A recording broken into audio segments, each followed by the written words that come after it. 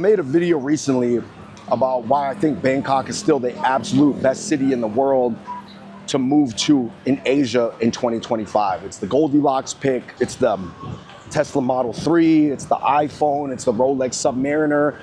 It's just the best choice for most people. But obviously, Bangkok cannot be the best choice for everybody, or why else would the arrival numbers in Indonesia, Malaysia, Vietnam be soaring up? Why are digital nomads looking elsewhere? Maybe it's getting too expensive because after 3 years as the most arrived city or touristed, visited city on planet Earth, things do change, and things may change in a direction that you like because they're getting really fancy and expensive, or things could go the other way. It depends on you as a person. Today, I wanted to list out 15 reasons that Bangkok is not for you. Let's just get into number one. If you obviously are glued to home for some reason, I think this goes without saying, you can't really go anywhere for a prolonged period of time. And the only reason I say this is because I know that some people are the keystone to their family unit back home. Every family is designed differently. I know some people who were running a business. I have a friend who was from America who's running a roofing business remotely back home. He thought he could hand off some of the equity to the manager, have it run itself. Things started to become unraveled and getting loose. The profitability is going down. And then he had to go back to the US to handle it and tighten it up and potentially even sell it because he has a business that he has to be in that location for to essentially make work. That is a big key because, you know, that's going to keep you in the area. Oh, if you have a big medical issue, you cannot really come here for a while because I think if you have a hyper specialized thing, yes, there is really great doctors here, but the specialists might not be as numerous. Moving on, number two, it depends on what type of Asian you are. If you can see right now, guys, they got so many Americanized things right here in this zone in Ekamai. But the truth is, most stuff is gonna be either Japanese, Korean, or Chinese centric. I do think there's a reason why most of the Vietnamese bros that were in Bangkok, I heard there used to be a lot like 5 years ago, they all left to Vietnam, to Ho Chi Minh, because Ho Chi Minh started to surge. They have an advantage there. And there's no like Viet town in Bangkok. There is a Chinatown, there's two of them. There is a Koreatown. You could say there's like really two of them, you know what I mean? And then, or really one, but there's the other areas too. And then for Japantowns, I would say as far as Japan plazas goes, there's like 5 of them. I think the one other group though, for sure that's gonna stay is Burmese people, because there's so many Burmese refugees and Burmese working in Bangkok, and Myanmar's not safe right now. Like if you're a Burmese American, you may wanna come to Bangkok and live forever because there's a huge different tiers of the Burmese community you could ping with. That could be a unique situation. My Filipino friends, I have a couple Filipino American friends out here in Bangkok, but they're always thinking about moving to Cebu or Manila because like we said, it does matter. Obviously, the only reason I say this, like Chinese, Japanese, and Koreans in Bangkok, is those are the only groups where you could live in your own bubble. I'm not saying that you should. I'm not saying that that's what I do. I barely ever go to Hua Kwong, but I'm just saying you could. Moving to number 3, if American sports are your religion, if you just love American sports, betting on FanDuel, watching them with your friends, you care about this NFL team, this NBA team, this NHL team, you're not gonna find a lot of it out here because most of the expats are like Australian, British. Guess what they follow? Soccer, rugby. They do not follow American basketball, American football. You know what I mean? I had to give up playing pickup basketball. I'm not saying they have none of it out here, but like they have this champion rule where after you win 2 games, you have to sit one. And it was just, I really like to go in, win like 4 or 5, and then just be out and move on with my days. Basically what I'm saying is, if you're not like one of those super Philly, super like sporty, Boston-y guys, which I don't think that many Asian guys are, to be honest, but like if you were, you're gonna miss what you base your life around, which is like parlays. Point number 4, if you want a deep bro tribe, I think it's difficult to find a deep bro tribe here because most everything is based around partying. For example, the other day, there was a bunch of private equity guys that came in from Hong Kong and we were at a table and they paid for everything. They only knew like half the people, but they're buying crazy bottles of Casa Azul at the club and stuff like that. So we're sharing in a fun bro moment, especially, you know, the guys with really deep pockets are just picking up a gigantic tab. Obviously it's still cheaper than Vegas, but it's just big for Bangkok.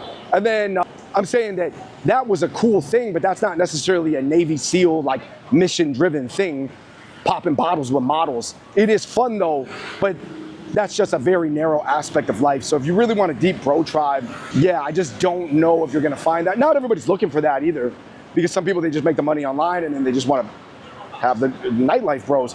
Point number 5, if you're super woke, or you're super conservative, or you're super ideologically driven, I think that Thailand is not the place for you. Because here, people are Mai Pen Rai, they're Sabai Sabai, they are very Buddhist, little kind of Hindu. If you know about Buddhism and, you know, even Hinduism, it's like polytheistic, or it's like accept everything.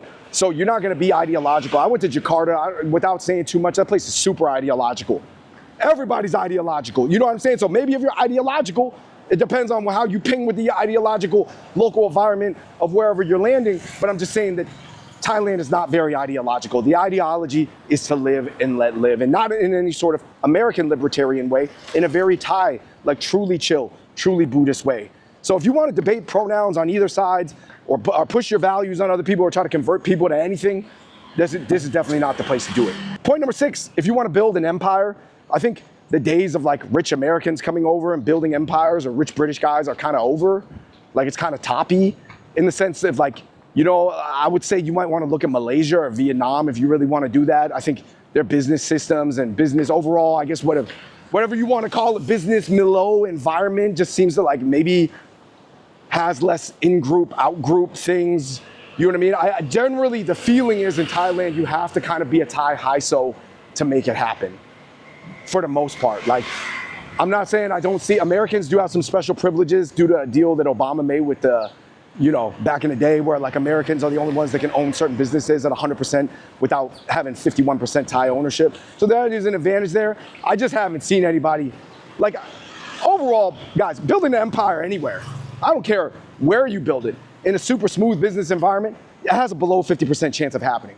But I'm saying that you want to do everything you can to position yourself, if you are obsessed with building a business empire, to put yourself in the environment with the best probabilities, the best soil to grow, for example. Point number 7, if you hate rising prices, if you hate the fact that the Thai baht is so rising right now, who knows, is that because the shadow money coming in over from online casinos, from Cambodia or wherever it is, maybe.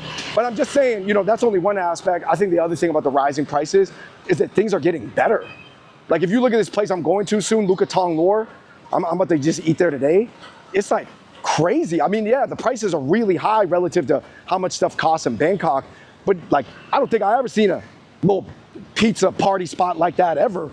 I mean, I'll just pop up the photos right here. Maybe I'll pop up some photos when I visit later. So it's like, it's kind of both. Like, the prices here, it's getting nicer than the West in a lot of ways, but the prices are moving towards the West, which just seems criminal for the region. Because, like, for example, you know, certain imported ingredients, like if you want to get a cream cheese bagel, it could be as much as like $6 USD. That's like more than a cream cheese bagel back home, or the same price as, at least as an artisanal cream cheese bagel from like Apollo Bagels in Manhattan or whatever. Point number 8, do not come to Bangkok if you come to find yourself. I think that there is androgenic scientific relief here. There's a lot of clinics. But if you're looking for the more spiritual vibe, obviously Bali, Chiang Mai, Phuket, just, it ain't gonna be, I mean, I'm not saying there's none of it here, but this is not the, you know, chakra, moonstones place, you know what I mean? It's more like scientific, I don't know, I guess, like I said, it's just more chaotic consumerism. It's not spiritual here. I have been to some temples though. Point number 9, if you really need discipline to thrive, and just like, if you're around other people that are being undisciplined, you're not disciplined, I think it's really hard, because you can go out every day of the week and there's like 10 super popping clubs with, to be honest, really appealing women at, you know what I mean? Every night of the week. So it's like, if you're not disciplined, so that's why I got to give a huge shout out to my friend KC, who started Primo Fightwear out of Bangkok, which is like the most like premium Muay Thai, you know, aesthetic, you know, Muay Thai fighting gear. So shout out to Primo, because, you know, I've seen a lot of people try to do stuff out here and fail because you just end up partying so much. Well, it's kind of like that Jay-Z lyric when he's talking about like models trying to come to New York and they lose themselves because they're out every night. Point number 10, if you want Japan level order, I think that easily this is the place that's closest to Japan. Bangkok in Southeast Asia, but it's still gonna be Southeast Asia for sure. There's gonna be a level of looseness. Maybe the elevators don't always work or they break, you know what I mean? So it's like, yeah, if you're looking for something that's more like rigid and like super orderly, I guess you could just stay in the Japanese areas out here, like Phnom Penh or something like that. But yeah, it's not good. I mean, I don't think a lot of people come here expecting that. Point number 11, if you want Western dating logic, I mean, I just think that like a lot of things in Thailand are more like the 80s or the 90s, whether that's gender roles, whether that's dating.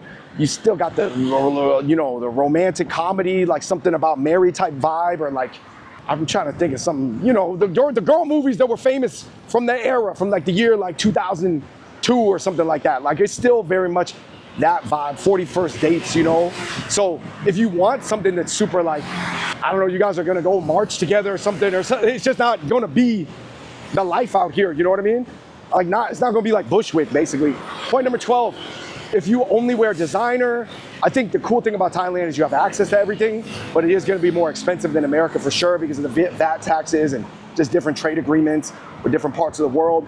Point number 13, probably don't come to Bangkok if you need to feel a part of Thailand. I mean, I don't think anybody really feels like the need to feel a part of anywhere in 2025, but even in Bangkok, like, you know, everybody's Thai and everybody's nice to each other, but there's like different segments of society and they don't necessarily like hang out all the time. I mean, it's the same as anywhere, but yeah, like, you really have to learn Thai if you want to be a part of it. You got to be like, shout out to my friend Mike Yu. Mike Yu is a Chinese guy who became Thai. So shout out to Mike. But you got to put in the work. Point number 14, if you need like crazy hustle and bustle, I would say, for example, like, you know, like people are pretty chill. Like they're not really trying to like be mean or dominate you or anything like that. Like, to be honest, Vietnam's way more like that. You know, like sometimes you might even have restrictions with your own security guards in your buildings there, and like people hawking stuff on the street for you. Obviously, there's only a few parts of Bangkok where they really hawk stuff on you. And, you know, that's more like a, you know, Nana, soy cowboy, they hawking. But imagine in another place, like I would say Vietnam, they're hawking like just like a straw hat, like the way a lady's hawking in Nana. Point number 15, if you really want like, actually I think that I was gonna say, if you really want first world efficiency, you can find it. It's not gonna be everywhere. I think like, you know, if you really want the first world vibe, you gotta be in Ploen Chit, Silom, Lang Suan, Tong Lor, Ekamai. If you can move to Prakanong or Anud, you're not gonna get the first world vibe. So it depends. I would say that one is like really hyper dependent on where you live and where you spend your time and the closest 30 people around you. Point number 16, if you love doing yourself everything, if you want, you know, you want to cook yourself, it's just gonna be way more cost effective to not cook out here. So I would never say like if you're a cook lover at home, you know, there could be other places. Point number 17, if you feel like you really want to impact local politics, I would say that that's definitely not the place to be. I mean, but you know, as a foreigner, how often do you feel that way, to be honest, anywhere? Unless, of course, you are part of that native population. Like, and last but not least, man, I just think that Bangkok is the paradise for the right person.